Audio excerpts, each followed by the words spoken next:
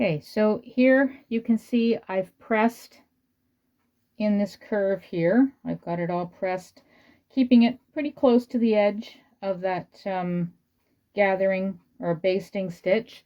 You know, as close as you can. The idea is you want to be sure that when you turn it over, that both sides are even. Okay, you're going to have to press a little bit on both sides. You may have to use a clapper or something that's going to push a little bit of steam into the fabric so that it holds a nice crisp edge. So backside, now I didn't press up here. Reason why I didn't do that is because now I'm going to take my little flap piece. So this is my facing, and I've got it pressed so that that little 1/2 inch edge there is folded up towards the top of the facing. So now I'm going to take this here. I'm going to put a couple of pins just to hold it in place. Make sure that you line up your corners. Make sure that you've got that fold up in place here.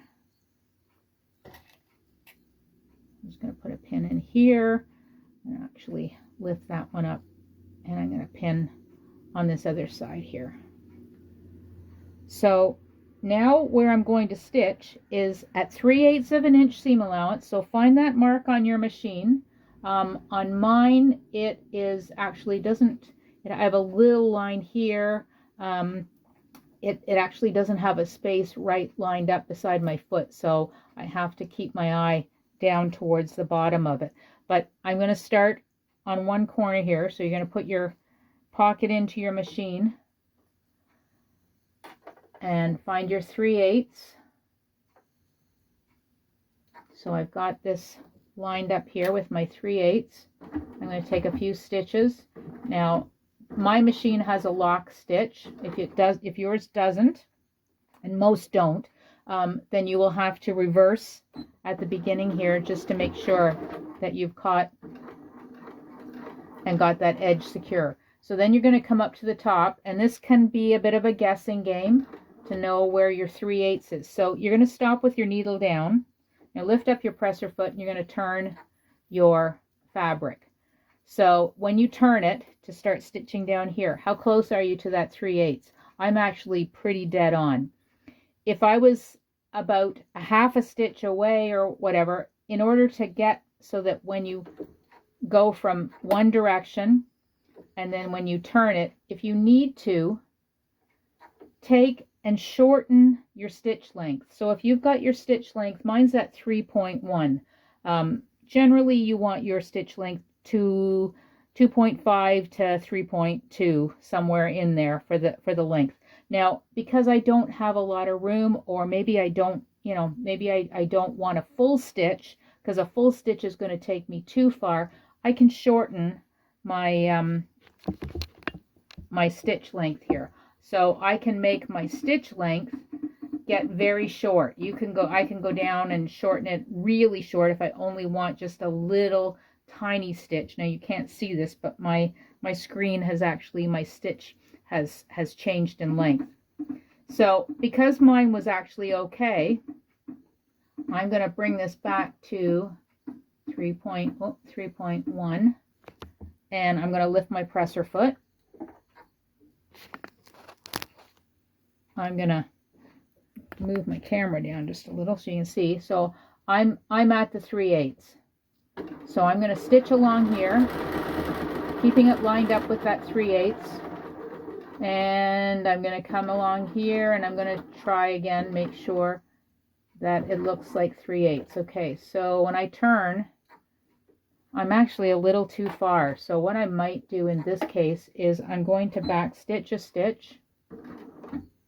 So now I will shorten my stitch length up and do a 1/2 stitch, bring my stitch length back up. Now you may think this is a little bit much and you don't want to do it, but it will show up. It may not show up on everything that you do, but you may find there are some things that if you don't have your stitching accurate, that it will look a little out of place. The top may wow out a little bit or may not fit where it's going. So just going to stop here and take my pocket off. So now I've got my pocket all off here. So the next thing I want to do is I want to take and I want to trim just one edge. I'm actually going to trim the facing edge that has the interfacing. So I'm going to trim this all down, and then I'm going to cut the corner on an angle, and then I'm going to flip this so that it actually comes flipped out, and the whole top and beginning part of my pocket is all going to be enclosed. So there's no raw edge here. Okay, so everything here is enclosed. On the back, you can see that that little part is all enclosed up. Now, you may want to run a row of top stitching along here, totally up to you, whatever. Or you may, it may just be fine. Maybe you're going to put a button on here, and the button will actually hold the facing a little more secure. We are going to stitch this down and around. So the sides of this facing are going to be held in place once it's stitched onto the shirt. So I wouldn't worry too much about doing too much to this other than giving it a really good press to have it all nice and clean. Anyway, I'm going to take this to the iron, and then I will show you what this looks like once I've trimmed everything away. Okay, back at the sewing machine here. A lot of back and forth, so you will need to have your ironing board set up and your iron set up for this project, because you will have to take your pocket piece and take it to the iron and iron it, and then come back to the sewing machine. So I'm starting just down.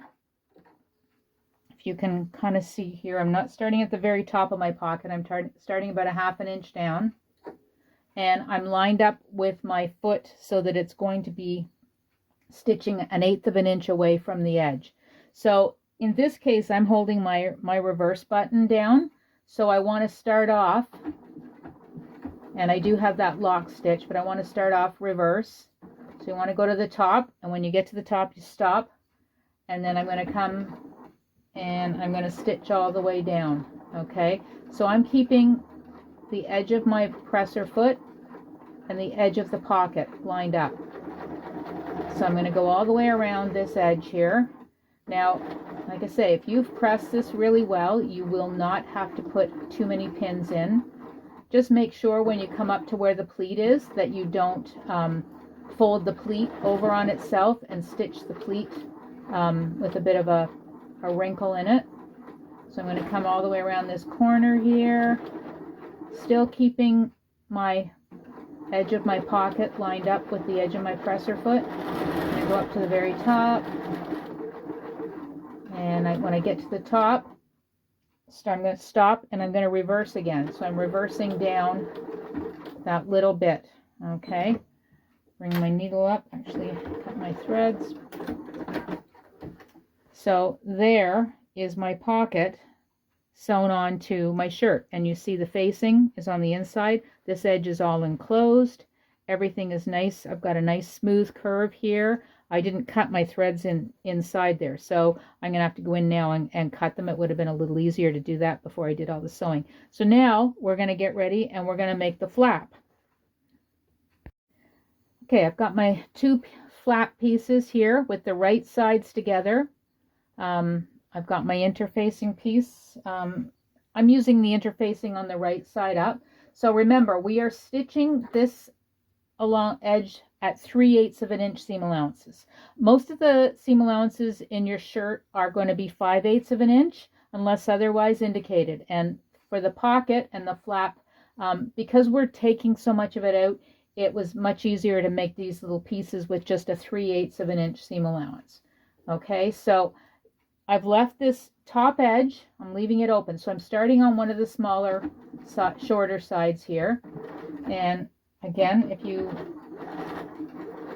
can, I want you to reverse. So I'm going to stitch down till I get to my corner. Needle down, I'm turning.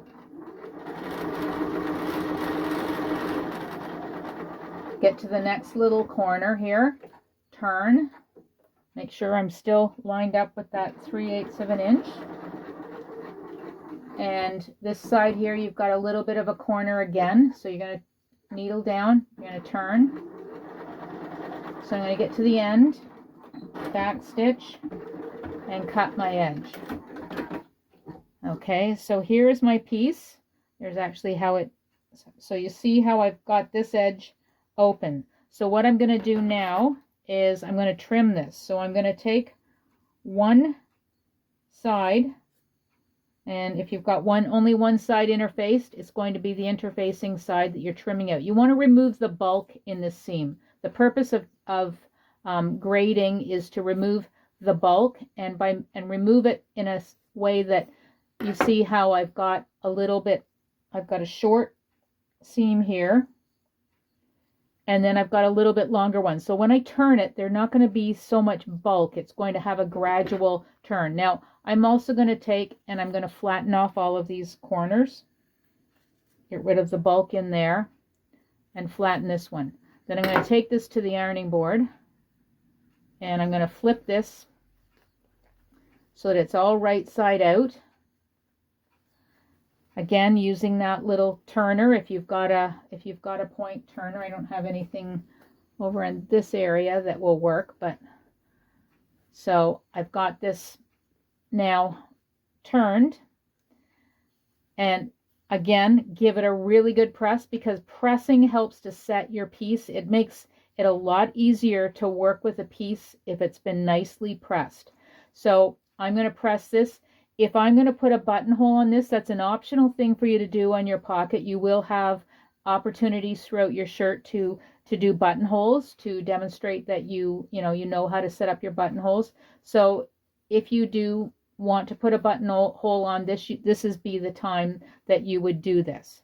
Okay, so I'm just going to give this a really good press, and then we're going to sew this onto our shirt.